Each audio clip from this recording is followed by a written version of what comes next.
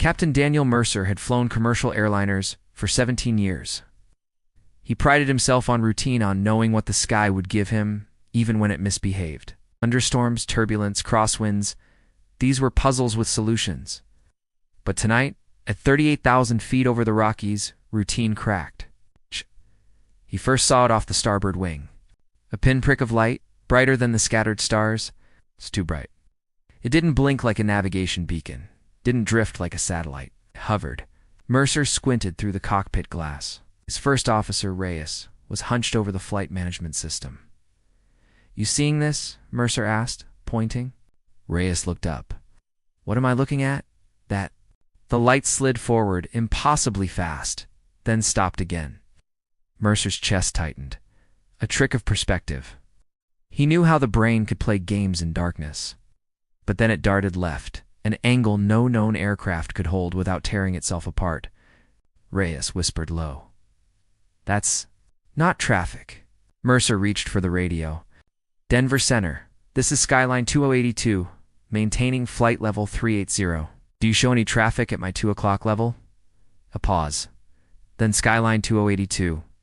"Negative. No traffic observed." Mercer pressed the push-to-talk again. "Center, we've got visual contact with something. About 5 miles, moving irregularly." Another pause. Longer this time. "Skyline 282. Roger. Say intentions." Mercer's hands hovered on the yoke. He wasn't about to chase whatever this was. "Maintaining present heading. Just keeping you advised." Reyes leaned closer to the window. Still there. The thing pulsed. White, then a deep amber, then back to white. It shot forward again, crossing their nose. So fast it left a faint smear of light in Mercer's vision. He flinched. The passengers, he realized, were blissfully unaware, nodding off with seatbelts unfastened, trusting him. His job wasn't to solve mysteries. It was to get 200 people on the ground alive. "Center, Skyline 282 requesting direct routing to Denver," Mercer said, voice steadier than he felt. "Approved. Cleared." As the plane began its descent, the object moved with them, now trailing behind. "Not close. Never close. But not gone," Reyes muttered. "It's pacing us."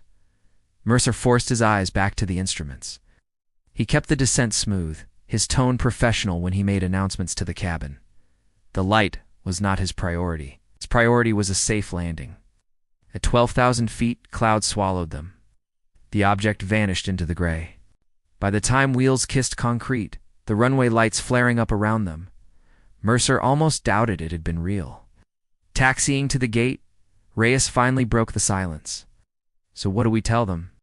Mercer thought about the controllers, about the airline, about the inevitable forms. He thought about what he'd actually seen.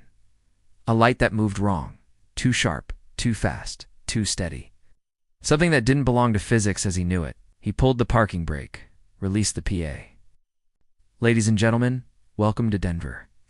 Local time is 11:43 p.m., and the weather's clear. Thanks for flying with us." When the cabin doors opened and the passengers streamed out, not one of them knew how close Mercer had come to questioning his entire career.